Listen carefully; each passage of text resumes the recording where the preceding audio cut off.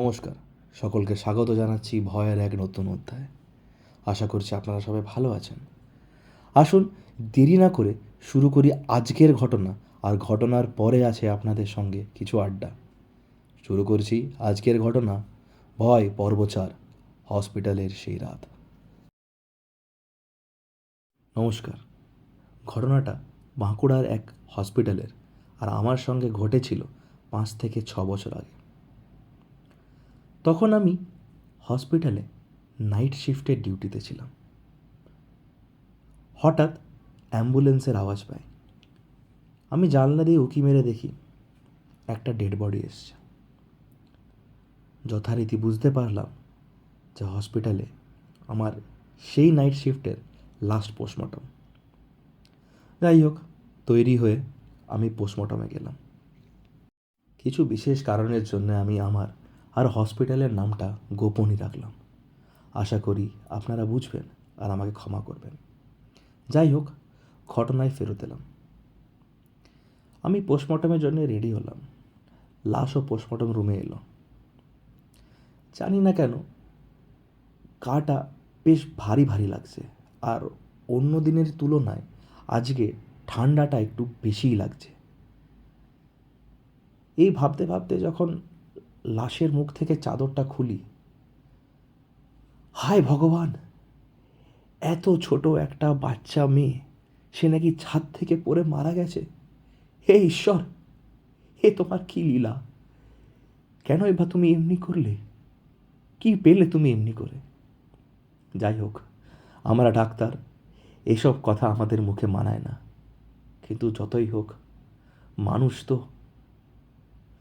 যাই হোক, আমি পোস্টমর্টম শেষ করলাম, রিপোর্ট বানালাম।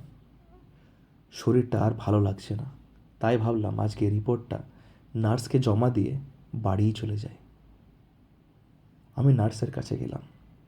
দিদি, রিপোর্টটা বানিয়ে দিয়েছি, আর বুঝলে তো শরীরটা খুব একটা ভালো লাগছে না, তো আজকে অফ নিলাম, কালকে আবার দেখা হবে। চলি তাহলে আজকে। তো এই বলে আমি লিফটের দিকে এগোলাম। ও হ্যাঁ, আপনাদেরকে তো একটা কথা বলাই হয়নি। পোস্টমর্টম রুমটা 5 তলায় ছিল, আর হসপিটালটা টোটাল ছিল ওই 7 তলা, আর ওপর একটা চিলেকোঠার ঘর, আর এক্সিট ছিল গ্রাউন্ড ফ্লোরে। তো আমি যথারীতি লিফটের সামনে গিয়ে লিফটের সুইচটাকে প্রেস করলাম, তো দেখলাম 7 তলা থেকে লিফটটা নামছে। আমার সামনে লিফটের দরজাটা খুলল। আমি দেখলাম লিফটের মধ্যে একটি মহিলা দাঁড়িয়ে। তিনি ঘাড় নাড়িয়ে আমাকে গুড ইভিনিং স্যার বললেন।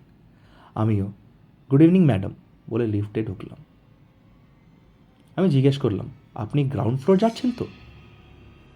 তো উনি বললেন, হ্যাঁ স্যার। আপনার সাথেই।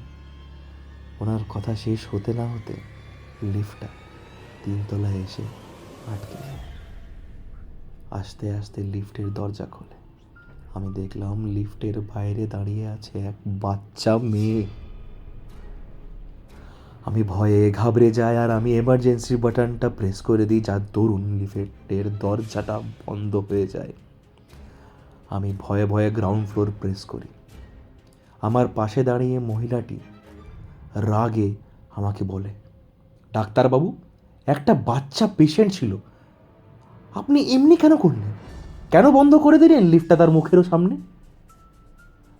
আমি তার দিকে ভয়ে তাকিয়ে থাকি। আমি বলি, ও আর যাই হোক, ও পেশেন্ট না, ও যে লাশ। মহিলাটি বলে, লাশ? লাশ মানে? এ তো একটা বাচ্চা মেয়ে, এ তো পেশেন্ট ছিল। বললাম, না না ম্যাডাম, না, ওর পায়ে একটা ট্যাগ ছিল। এই ট্যাগ আমরা পোস্টমর্টমের পরে লাশের পায়ে ঝোলাই। জানি না কেন এই কথাটা শেষ হতে হতেই ওই মহিলাটি খিলখিল করে হেসে ওঠে, আর নিজের পায়ের দিকে তাকিয়ে বলে, দেখুন তো ডাক্তারবাবু, এমনি ট্যাগ। আমি সেই মহিলার পায়ের দিকে তাকিয়ে চিৎকার করে উঠি, না বলে আমি চোখটা বন্ধ করে দিই। তারপর যখন আমি পর মুহূর্তেই চোখ খুলে দেখি সেই মহিলা আর নেই, লিফটে আমি একা, আর লিফটের দরজা সেই 3 তলাতেই খোলা বন্ধ খোলা বন্ধ হচ্ছে। তারপর আমি জ্ঞান হারাই। আমার যখন চোখ খুলে আমি তখন নিজেকে ডক্টরস কেবিনে পাই। পাশে আমার ডক্টর বন্ধুরা আর নার্সিং স্টাফরা ছিলেন। ওনারা আমাকে লিফট থেকেই উদ্ধার করেন, আর আমি তখন গ্রাউন্ড ফ্লোরে লিফট পৌঁছে গেছিল। যাই হোক, সবাই আমাকে জিজ্ঞেস করে যে কী হয়েছিল। আমি আর কাউকে কিছু বললাম না। আমি শুধু বললাম যে খাবার ভালো করে খাওয়া হয়নি, তাই শরীরটা খুব খারাপ লাগছিল, তাই হয়তো মাথা ঘুরে অজ্ঞান হয়ে গেছিলাম। এটা বলার পরে আমি হসপিটাল থেকে কিছুদিনের ছুটি নিয়ে বাড়ি আসি। তো এই ছিল আজকের ঘটনা। আশা করছি আপনাদের ভালো লেগে থাকবে। ঘটনাটা আমারই এক ডক্টর কলিগ আমাকে পাঠিয়েছে। তো যেহেতু উনি চান না ওনার নামটা প্রকাশ্যে আসুক, তো আমি ওনার নামটা নেব না। আর দুর্দান্ত একটি গল্প শুনলাম আমরা। আমার তো খুব ভালো লেগেছে। আপনারা জানান কেমন লেগেছে আপনাদের এই ঘটনাটা। কমেন্ট করুন আমাকে যে কেমন লাগছে।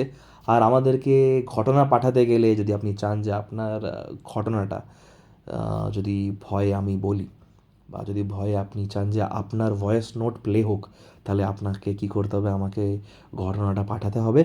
আর ডেসক্রিপশানে মেলের লিঙ্ক দেওয়া থাকবে, আর হোয়াটসঅ্যাপ নাম্বার দেওয়া থাকবে। আপনাদের যেটাতে সুবিধা আপনারা সেখানে আমাকে ঘটনা পাঠাতে পারেন। আর ঘটনা আসবে শনিবার এবং বুধবার। এটা আগের সময় ছিল, তো এই সময়টা এখন চেঞ্জ হচ্ছে। সময়টা আমি শনিবার রাখছি, একটা ফিক্সড টাইম। আরেকটি ভিডিও সপ্তাহে যে কোনো দিন আসতে পারে, সেটা আপনাদের জন্য সারপ্রাইজ থাকবে।